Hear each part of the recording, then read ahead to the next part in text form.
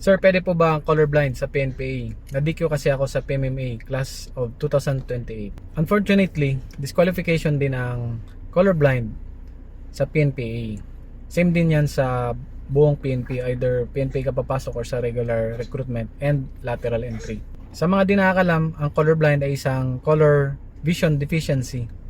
Kumbaga may mga kulay na hindi nila nakikita, or may mga kulay silang nahirapan silang i-differentiate yun. Kung gusto nyo malaman kung pasado ba kayo sa colorblind test, available nga yan sa internet.